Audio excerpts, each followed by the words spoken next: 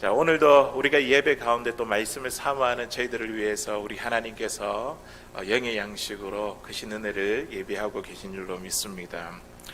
어느 기업에서 웃음에 대한 이 라이프 스타일 조사를 하게 되었습니다. 설문 조사를 했는데 그 결과가 매우 씁쓸했습니다.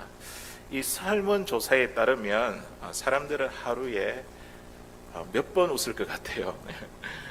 하루에 평균 10번 웃고, 그리고 이 한 번 웃을 때마다 한 8.6초 정도 그동안 웃는다는 그런 결과가 나왔습니다. 참 씁쓸한 결과입니다.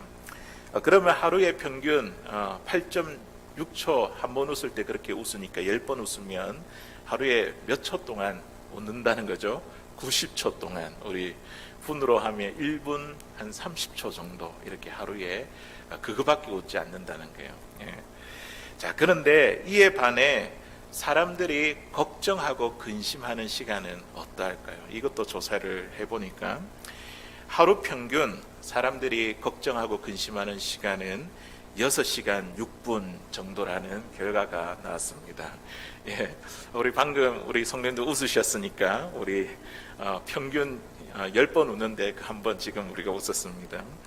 예, 또 남녀를 나누어서 살펴보니까 여성은 3시간 30분 걱정 근심하고, 남자는 얼마나 걱정 근심할까요?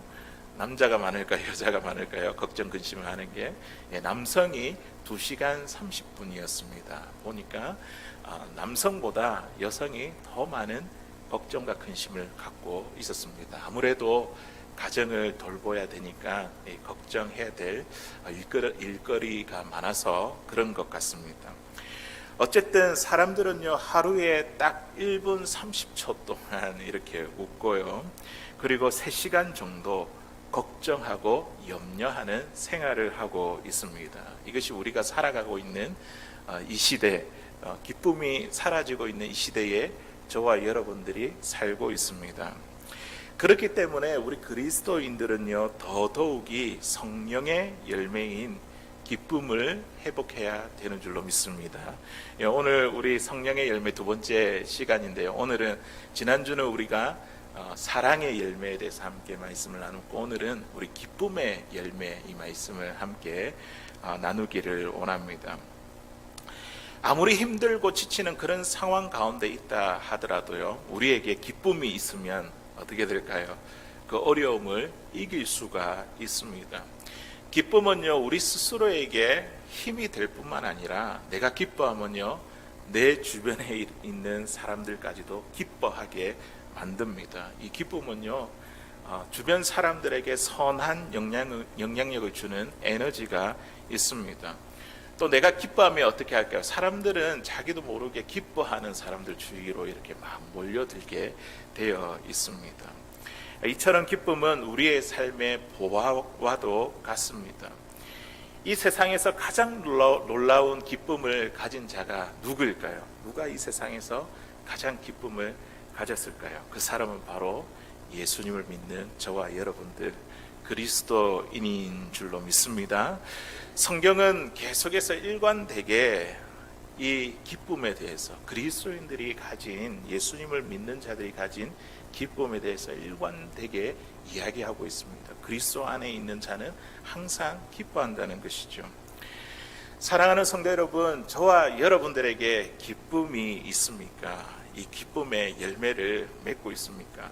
이 기쁨의 열매가 우리의 가정에, 또 우리의 일터에, 그리고 우리 교회 가운데 풍성하게 맺혀지고 있습니까? 나의 상황이 꽉 막혀 있는 것 같고 어렵고 힘든 가운데 있다 할지라도 우리가 만일 기쁨을 잃지 않는다면 그것이 바로 우리 안에 기쁨의 열매가 있다라는 증거가 됩니다. 우리가 어떻게 하면 이 기쁨의 열매를 풍성하게 맺을 수 있을지, 오늘 이 본문의 말씀을 가지고 같이 함께 은혜의 말씀을 나누기를 원합니다. 첫 번째로는요, 우리가 풍성한 우리 기쁨의 열매를 맺기 위해서는요, 눈에 보이는 현상만으로 우리가 기뻐하지 말아야 됩니다. 눈에 보이는 것.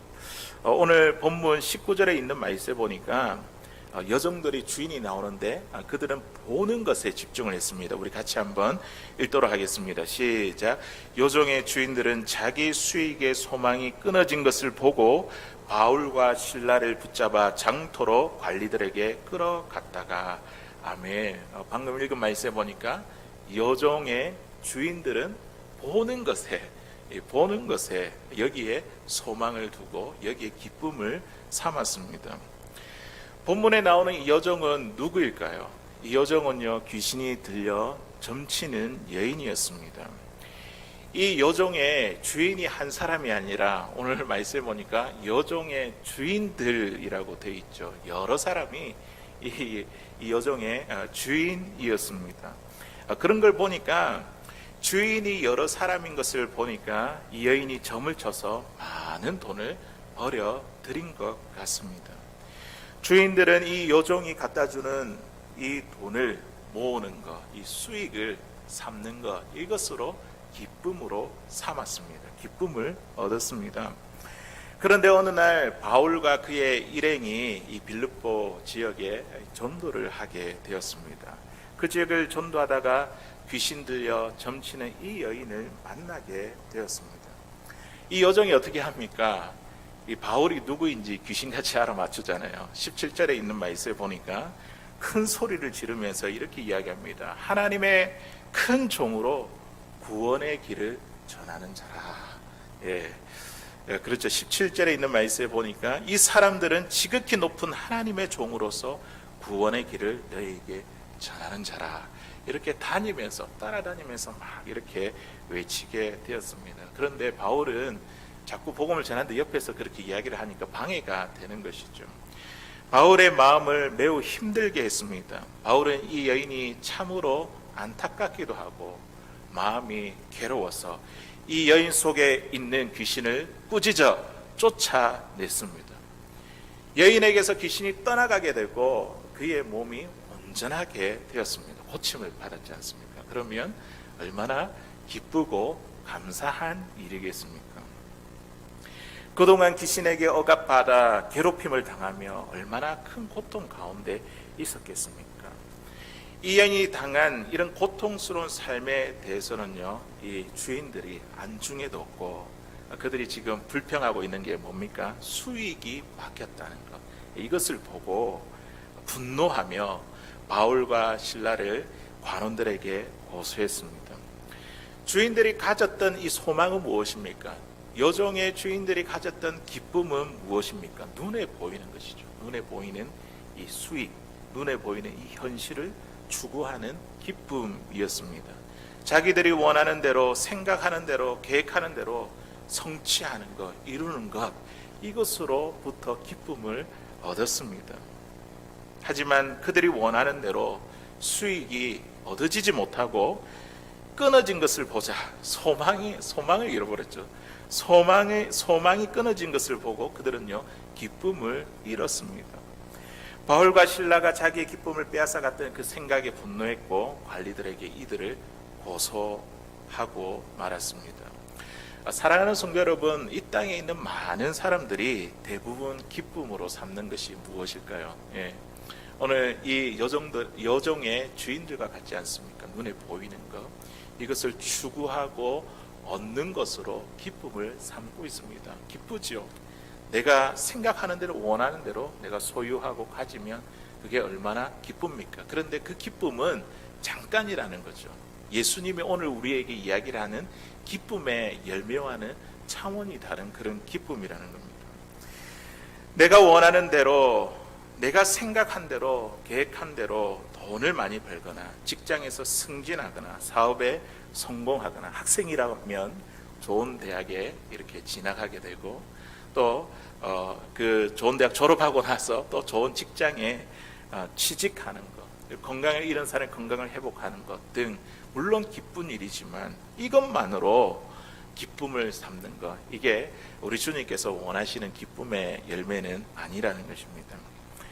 전도서 2장에 있는 말씀에 보니까 솔로몬이요, 그 눈에 보이는 현상을 추구하는 것에 대해서 아주 흥미로운 실험을 했습니다. 솔로몬이 이스라엘의 두 번째 왕이지 않습니까? 절대 권력을 가지고 부귀, 영화 모든 것들을 다 누려본 사람이지 않습니까? 그가 실험하기를 진짜 즐거움은 어디에 있는 것일까? 진짜 기쁨은 어디에 있는 것일까? 그가 두 가지 시험을 했는데 첫 번째는 세상의 쾌락을 통해서 진정한 기쁨을 얻을 수 있는가? 이것을 실험했습니다. 그러면서 화려한 파티를 열어서 술로 육신을 즐겁게 하고 많은 여자와 육체적인 쾌락을 추구해 보았습니다. 그런데 전도서 2장에 있는 말씀에 보니까 그렇게 실험해 봤는데 이 솔로몬의 이야기하는 그 결과가 어떠했을까요? 그가 이렇게 이야기합니다. 이것이 무슨 소용이 있는가? 그 결론이 이것이 무슨 소용이 있는가? 라며 인생의 허무함을 느끼게 되었습니다. 그러자 솔로몬은 두 번째 실험을 하게 되었습니다. 이번에는 이 세상이 주는 그런 즐거움이 아니라 일에 대한 성취감으로 기쁨을 얻으려고 했습니다. 그래서 사업을 크게 하고 집들을 짓고 포도원을 일구고 여러 동산과 과수원을 만들었습니다. 남녀 노비들을 많이 사기도 했으며 예루살렘에 있는 어떤 사람들보다 소떼와 이 양떼들을 더 많이 소유했고 은과 금과 보배를 쌓았지만 그 결과가 어떠했을까요? 솔로몬이 뭐라고 고백을 했을까요? 전도서 2장 11절에 있는 말씀을 보니까요, 우리 같이 한번 읽어보도록 하겠습니다. 시작. 그 후에 내가 생각해 본즉 내 손으로 한 모든 일과 내가 수고한 모든 것이 다 헛되어 바람 잡는 것이며 해 아래서 무익한 것이로다. 아멘. 열심히 일하고 수고해가지고 일에 대한 성취로 기쁨을 얻으려고 했는데 그 결과 역시 어땠습니까? 헛되어 바람을 잡는 것과 같고 무익하다라는 인생의 허무함을 느끼게 되었습니다. 솔로몬이 다 해봤지 않습니까? 눈에 보이는 그 현상 추구하기 위해서, 즐거움으로 삼기 위해서 세상이 주는 즐거움으로 진정한 기쁨을 얻을 수 있을 것 같았는데 또 열심히 일하고 수고해서 많은 것을 소유하여 이 기쁨을 삼으려고 했는데 이 모든 것이 바람 잡는 것과 같고 무익하며 허무한 것이라는 결론을 이끌어냈습니다. 사랑하는 성도 여러분, 우리 눈에 보이는 이 현상을 추구해서 얻는 기쁨은요, 진짜 기쁨이 아닙니다. 오늘 성령의 열매인 예수님께서 우리에게 맺어주시는 그 기쁨의 열매가 아니라는 거죠. 이거는요, 금방 사라지게 되는 순간적인 기쁨입니다. 그렇기 때문에 이 기쁨이 사라지면 우리는 또 어떻게 합니까? 새로운 기쁨을 막 찾으러 다닙니다. 다시 새로운 기쁨을 추구해야 되는 기쁨입니다. 이 세상에 주는 기쁨은요, 우리 안에 있는 깊은 목마름을 해결해 주지 못합니다. 그렇다면 우리 안에 있는 깊은 목마름을 해결해 주는 그 기쁨은 무엇일까요? 누가 주는 것일까요? 성령의 열매로 예수님께서 맺어주시는 기쁨인 줄로 믿습니다. 주님께서 주시는 이 기쁨은요, 어떤 어려운 가운데서도 우리 내면에서 올라오죠. 내면에서 우리 주님께 주신 기쁨이니까 내면에서 올라오는 이 충만한 기쁨은요, 환경에 따라 변하지 않습니다. 어떤 어려움이 우리에게 다가온다 할지라도 우리는 기뻐할 수 있습니다. 실패했는데도 기뻐할 수 있고 불합격했는데도 기뻐할 수 있습니다. 건강이 나빠졌는데도 기뻐할 수 있고 내가 더 어려운 길로 간다 할지라도 우리는 기뻐할 수 있습니다. 주님께서 우리에게 맺어주신 이 열매는요, 이 기쁨의 열매는 한결같은 기쁨이고 그리고 결코 변하거나 사라지지 아니하는 영원한 기쁨입니다. 최근에 제가 이제 그 손경미 목사님이라는 요즘 이제 유튜브에 보면 한참 이 작사와 작곡을 참 많이 해서 대중들 사람들에게 이렇게 음악을 공개하고 찬양을 공개하는 분이 계시는데요. 그분이 작사 작곡한 곡 가운데에 가장 귀한 삶이라는 제목의 노래가 있습니다. 유튜브에서 한번 검색해서 한번 들어보시길 바랍니다. 제가 그 찬양을 듣는데 찬양의 가사와 멜로디가 한참 며칠 동안 귓가에 계속해서 맴돌았습니다. 그 찬양의 가사가 이렇게 시작합니다. 아무도 모르는 삶이라 할지라도 스치듯 지나는 삶이라 하여도 내가 꿈꾸는 일을 이루지 못해도, 내가 바라는 거 다 갖지 못해도, 그 다음부터가 중요한데요. 뭐라고 이야기를 하냐면, 내가 예수를 알고, 내가 예수를 믿고, 내가 예수를 전하며 살아간다면 나의 삶이 가장 귀한 삶이라, 이런 이제 찬양이거든요. 그 가사를 듣는데 제 마음에 깊은 울림이 되었습니다. 본질은 이렇게 간단한데, 예수님만 믿고 예수님을 알고 예수님 전하는 게, 이게 나에게 가장 귀한 삶인데, 본질은 너무나 단순한데 제 삶을 보니까 너무 복잡하게 살아가는 거예요. 자꾸만 눈에 보이는 현상을 쫓아 기쁨을 찾아가려는 저의 모습을 보게 되었습니다. 예수님이면 다 만족이고 모든 것인데, 왜 자꾸만 눈에 보이는 현상을 쫓아서 내가 기쁨을 얻으려고 할까? 그런 이제 저의 모습을 보고 주님 앞에 회개하게 되었습니다. 사랑하는 성도 여러분, 내가 원하는 대로 우리가 되지 않지 않습니까? 내가 원하는 대로 우리 가정이, 내 남편과 아내와 그리고 자녀들이 잘 따라주지 않는다 할지라도, 또 내가 꿈꾸는 대로, 내가 기대하는 대로 사업이 잘 되지 않는다 할지라도, 내가 직장 생활을 하는데도 사람들이 나를 인정해 주지 않는다 할지라도, 우리는요, 내가 예수님을 알고 그 예수님을 믿고 그 예수님을 전하는 삶이야말로 가장 귀한 삶이고 우리에게 가장 큰 기쁨이 되는 삶인 줄로 믿습니다. 이러한 기쁨의 열매를 맺을 수 있는 사랑하는 저와 여러분들 될 수 있기를 바랍니다. 두 번째로, 우리가 어떻게 하면 풍성한 기쁨의 열매를 맺을 수 있느냐? 우리는요, 아까 방금 처음에 이야기했던 눈에 보이는 현상을 가지고 우리가 기뻐하지 말고, 우리는요, 본질을 가지고 기뻐해야 됩니다. 제가 방금 전에 이야기했던 그 본질이 무엇입니까? 예수님이잖아요. 예수님. 우리 아주 심플하잖아요. 단순한데, 다른 게 아니라 예수님, 그 예수님을 소유한 것을 가지고 우리는 기뻐해야 됩니다. 오늘 바울과 실라를 보십시오. 25절에 있는 말씀입니다. 우리 같이 한번 읽어보도록 하겠습니다. 한밤중에 바울과 실라가 기도하고 하나님을 찬송하며 죄수들이 듣더라. 아멘. 그들에게 그 본질을 추구하는 믿음이 있었기 때문에 그 밤에 그들이 기도하고 찬양한 것이 아니겠습니까? 바울과 실라는요, 그 주인들에게, 요종의 주인들에게 고소를 당해서, 그들은요, 우리 앞부분에 읽어보시면 옷 찢김 그리고 옷 벗김을 당하고, 부끄러움과 수치죠 당하고, 그리고 매를 맞는 능욕을 당했습니다. 그들이 무슨 흉악한 범죄자입니까? 그럼에도 불구하고 그들은요, 깊은 감옥에 갇히게 되었습니다. 눈에 보이는 현상만 보면 그들에게 무슨 기쁨이 있을까요? 아무것도 잘못한 것이 없는데 옷 벗김을 당하고 매를 수없이 맞고 감옥에 갇힌 이 현실을 보면 너무나 억울하고 화가 날 것 같습니다. 그런데요, 한밤중에 그들의 마음 가운데 말할 수 없는 감동과 충만한 기쁨이 올라왔습니다. 이게 누가 주는 기쁨일까요? 우리 주님이 주는 기쁨이 아닐까요? 고난 가운데 있는데 말할 수 없는 감동이 막 밀려오는 거예요. 그리고 충만한 기쁨이 막 올라오는 겁니다. 고난의 환경이 그들의 기쁨을 막지 못했습니다. 그래서 그들이 한밤중에 한 것이 무엇입니까? 하나님께 기도하고 찬양을 불렀습니다.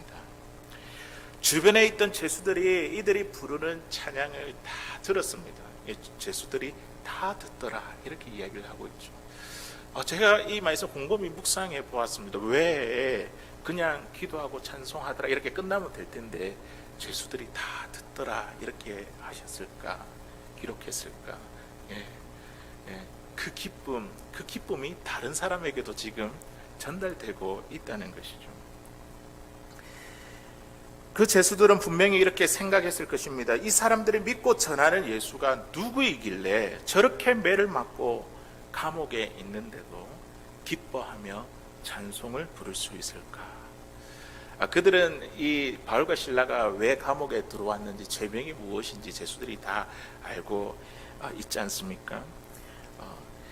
그 동네에서 가장 유명한 이 점쟁이 그 여인에게 들려있던 그 귀신을 쫓아냈으니까 그렇게 들어왔잖아요.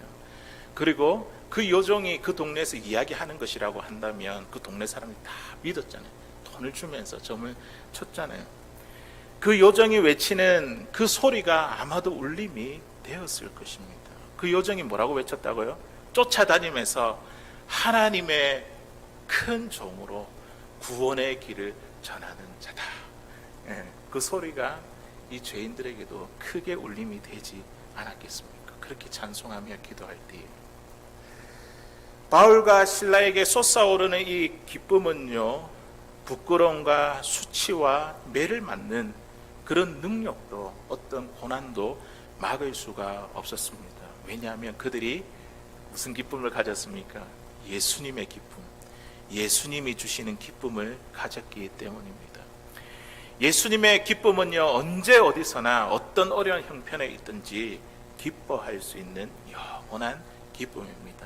예수님이 제자들에게 이렇게 이야기합니다. 요한복음 15장 11절에 있는 말씀을 보니까요, 우리 같이 읽어보겠습니다. 시작. 내가 이것을 너희에게 이름은 내 기쁨이 너희 안에 있어 너희 기쁨을 충만하게 하려 함이라. 아멘.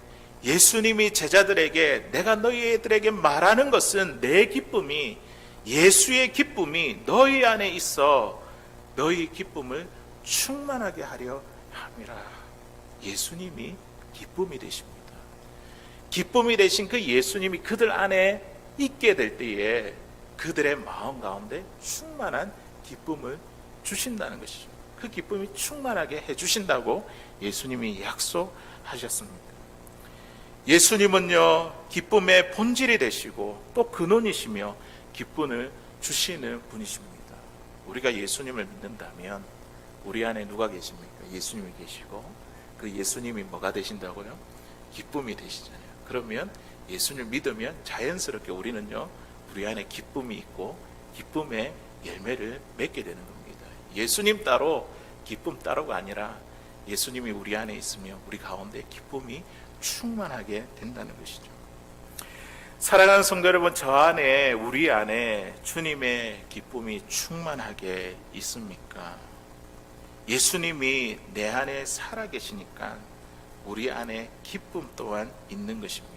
이 기쁨은요, 상황과 환경에 따라 변하는 기쁨이 아니라 바울과 이 실라와 같이 고난 중에도 솟아오르는 충만한 기쁨입니다. 이것이 주님께서 우리에게 맺어주시는 오늘 기쁨의, 성령의 열매인 기쁨의 열매입니다.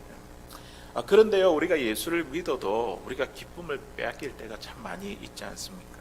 누가 하는 것입니까? 사단이 우리 마음에 기쁨을 빼앗아갑니다. 기쁨을 잃어버리게 만듭니다. 예수님을 믿고도 때로는 기쁨이 없는 상태에 빠지기도 합니다. 사단이 어떻게 합니까? 기쁨 대신 예수님을 자꾸만 보지 못하도록 가로막는다는 거죠.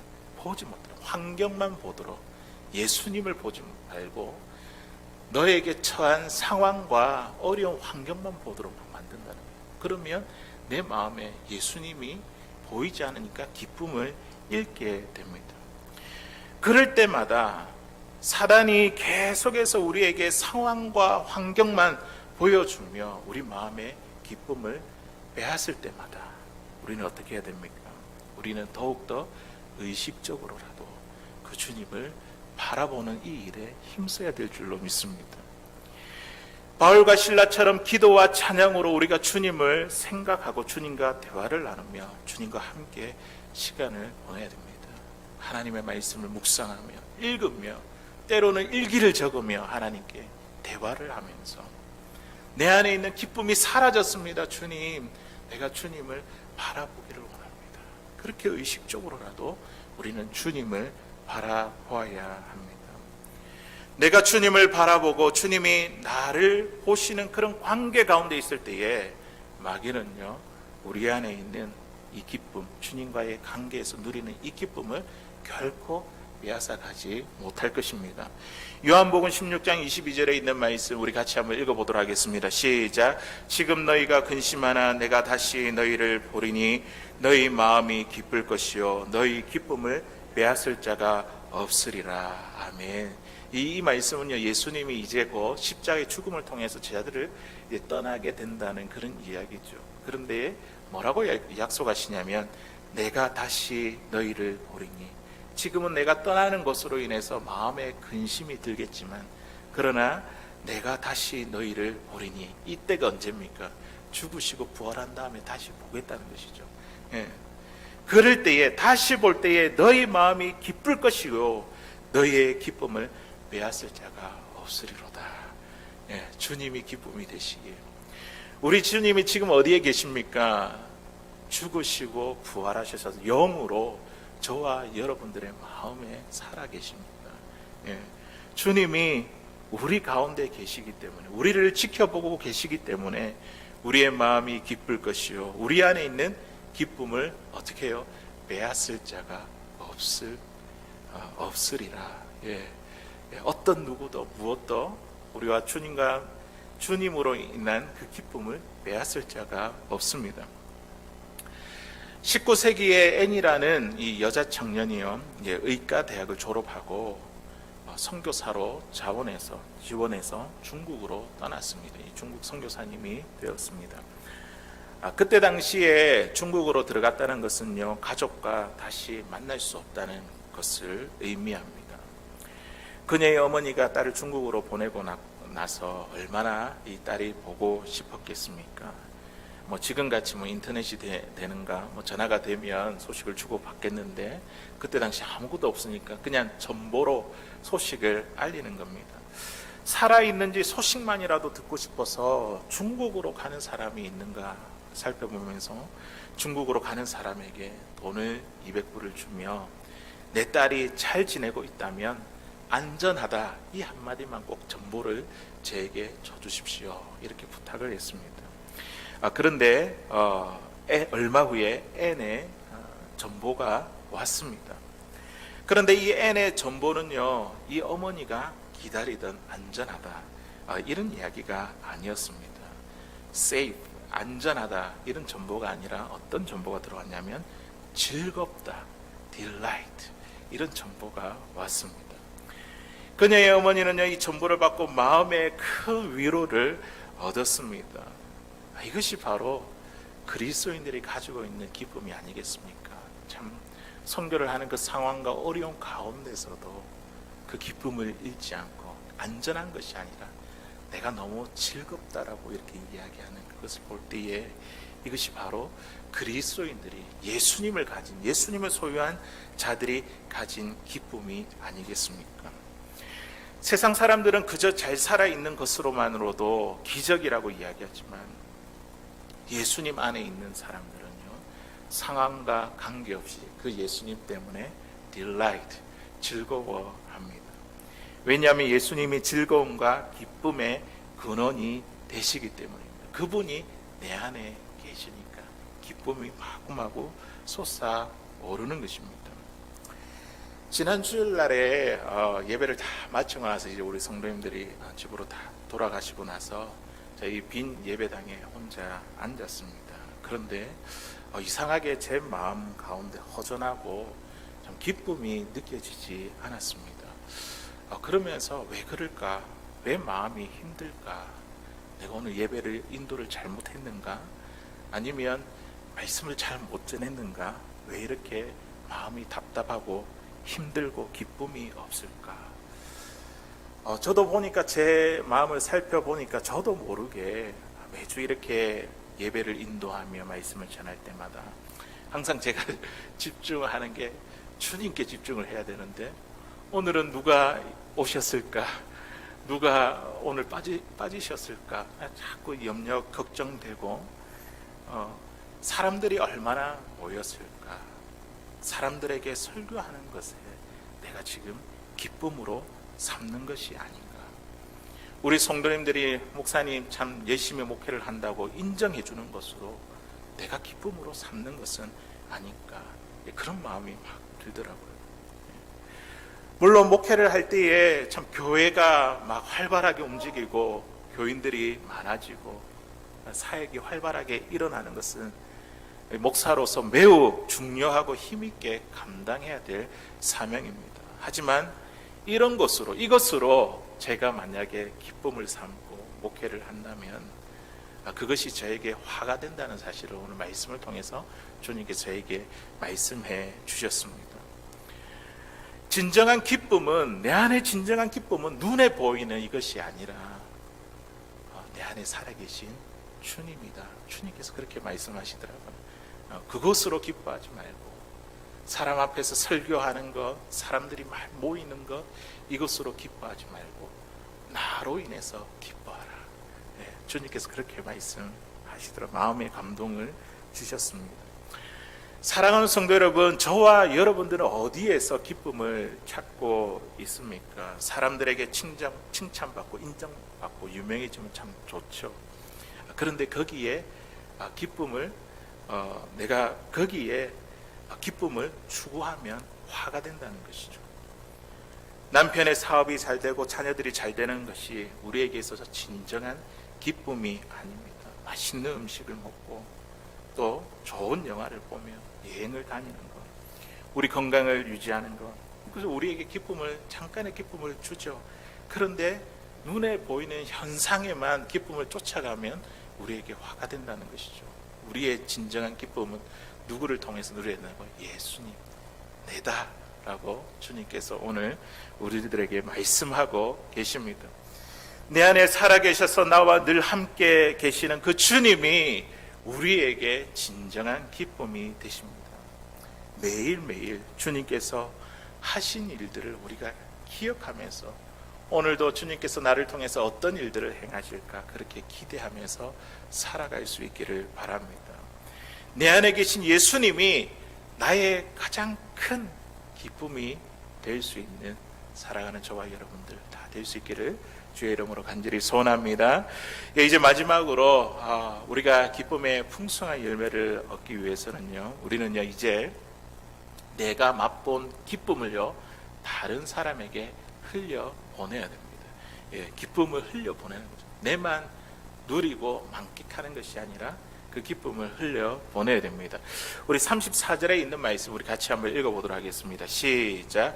그들을 데리고 자기 집에 올라가서 음식을 차려주고 그와 온 집안이 하나님을 믿음으로 크게 기뻐하니라. 아멘. 간수가 예수님을 믿고 간수만 기뻐한 것이 아니라 그 기쁨을 맛본 자가 어떻게 했다고요? 그 기쁨을 맛본 자가 자기의 집에, 가정에, 그 집안에 들어가서 함께 그 기쁨을 맛보여주며 나누게 되었습니다. 바울과 실라가 기도하고 찬양을 부르는데 감옥 안에서 놀라운 일이 벌어졌습니다. 갑자기 큰 지진이 일어났고 그리고 감옥 문이 다 열리고 죄수들에게 채워졌던 이 착고가 다 풀리게 되었습니다. 간수는요 감옥 문이 열린 것을 보면서 두려운 마음이 생겼습니다. 어떤 마음입니까? 죄수들이 다 도망가지 않았을까? 그래서 다 도망한 것으로 생각을 했죠. 그리고 나서 자기가 갖고 있던 칼을 뽑아들어 스스로 목숨을 끊으려고 했습니다. 왜 그렇게 했을까요? 이 로마의 법에 보니까 죄수를 도망하게 한 간수는요 죄수가 받은 형량만큼 벌을 받게 되어 있다고 이야기를 합니다. 그런데 간수가 자기의 목숨을 끊으려고 했다는 것은 바울과 실라가 그만큼 많은 벌의 형량을 가졌다는 것이죠.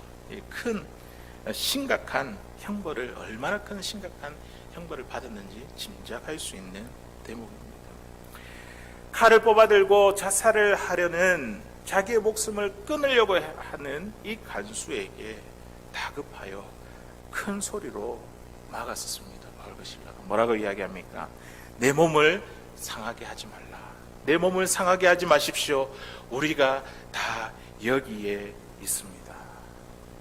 간수는요 이 바울의 음성을 들으면서 이 감옥문이 열리고 죄수들에게 착고가 풀어진 것, 이것이 그냥 일어난 것이 아니라 하나님의 능력임을 깨닫게 되었습니다. 그리고 이런 일이 일어나면 보통 같으면 다 어떻게 되죠? 죄수들이 다 도망갈 거지 않습니까?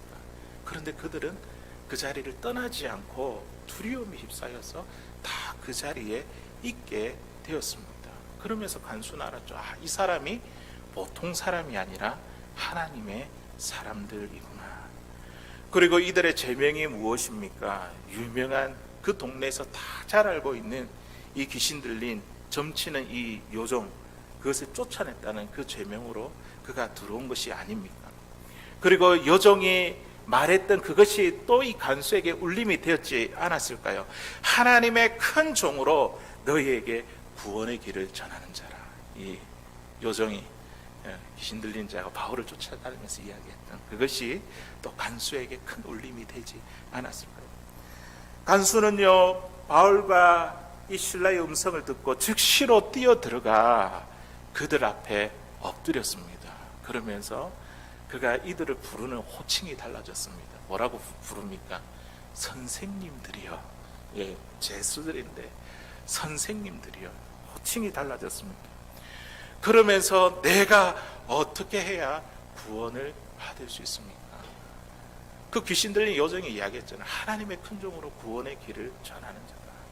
그 간수가 그것을 기하고 내가 어떻게 해야 구원을 받을 수 있습니까? 바울과 신라가 뭐라고 대답합니까? 우리가 많이 듣고 외우는 말씀이지 않습니까? 우리 같이 이야기해 보겠습니다. 시작. 주 예수를 믿으라. 그리하면 너와 내 집이 구원을 받으리라. 아멘. 간수는 제수들이 도망간 줄 알고 자살하려고 했는데 그는요, 오히려 그것을 통해서 복음의 길을, 구원의 길을 알게 되었습니다. 간수는 예수님을 믿고 구원의 큰 기쁨을 얻게 되었습니다. 간수는 자기 안에 계신 예수님과 함께 하는 진정한 기쁨을 얻고 누리며 맛보게 되었습니다. 그런데 우리가 방금 읽었던 34절에 있는 말씀에 보니까요, 간수의 기쁨은요, 자기에게만 머물러 있지 않았습니다. 어디로 향했습니까? 그 기쁨을 자기의 가족, 집안 사람들에게 흘려 보냈습니다. 그의 가족들과 집안 모든 사람들에게 자기가 맛본 기쁨을 맛보게 했습니다. 그래서 온 집안이 예수님을 믿고 구원을 받아 그들의 가운데에 이 기쁨의 열매가 크게 맺혀진 것을 보게 됩니다. 우리 34절에 있는 말씀이죠. 그들을 데리고 자기의 집에 올라가서 음식을 차려주고 그와 온 집안이 하나님을 믿음으로 어떻게 해요?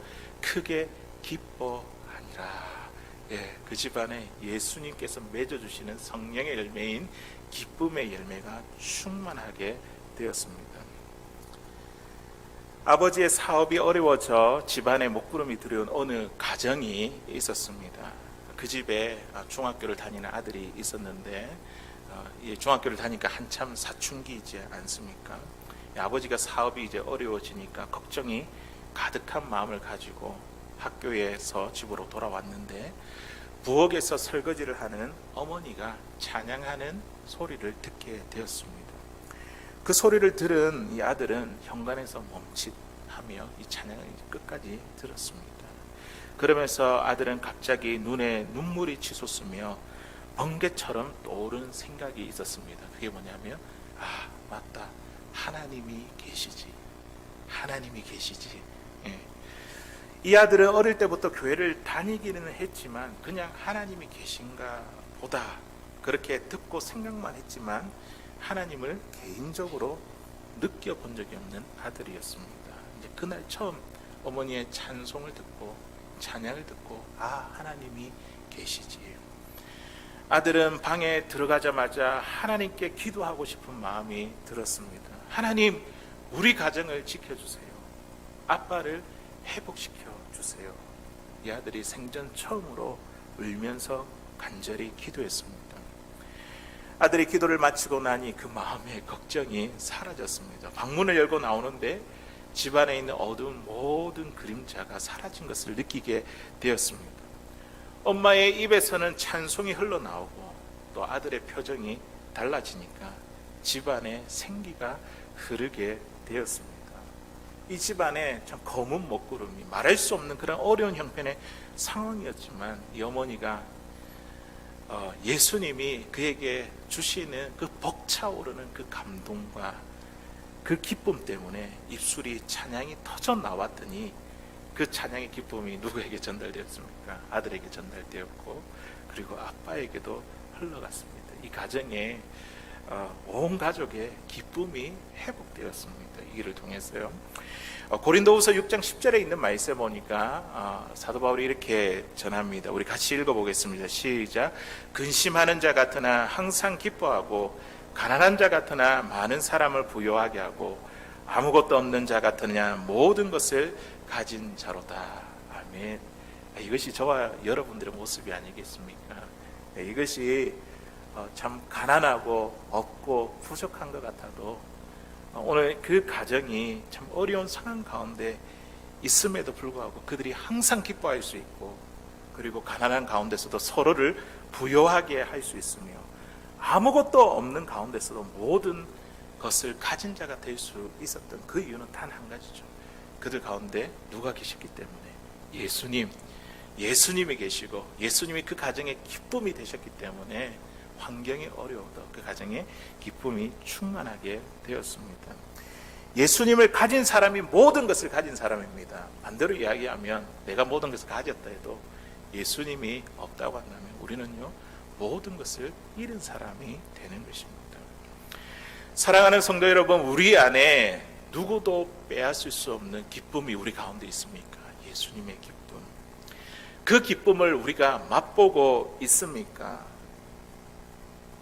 내가 맛본 그 기쁨을 우리 주변에 있는 사람들에게 흘려보내며 그 기쁨을 표현하고 있습니까? 오늘 이 말씀을 통해서 이 기쁨을 흘려보낼 수 있기를 바랍니다. 만나는 사람들에게 기쁨이 막 뿜어져 나와야 돼요. 사랑의 말, 격려의 말, 생명의 말로 기쁨이 뿜어져 나와. 가정으로 돌아갔더니 자녀 남편이 보고 당신이 오늘 무슨 일이 있었냐고 이야기할 때에 예수님으로 인한 기쁨이 막 우리의 입술과 행동을 통해서 뿜어져 나와야 됩니다. 우리 모두 예수님과 함께한 그 온전한 기쁨을 날마다 맛보고 누릴 수 있기를 바랍니다. 그리고 그 기쁨을 우리 가정과 우리 일터와 교회와 우리의 삶의 모든 영역 가운데 흘려보내어 예수님께서 주시는 이 풍성한 기쁨의 열매 우리의 삶에 온전히 맺어지는 사랑하는 저와 여러분들 다 될 수 있기를 주의 이름으로 간절히 소원합니다.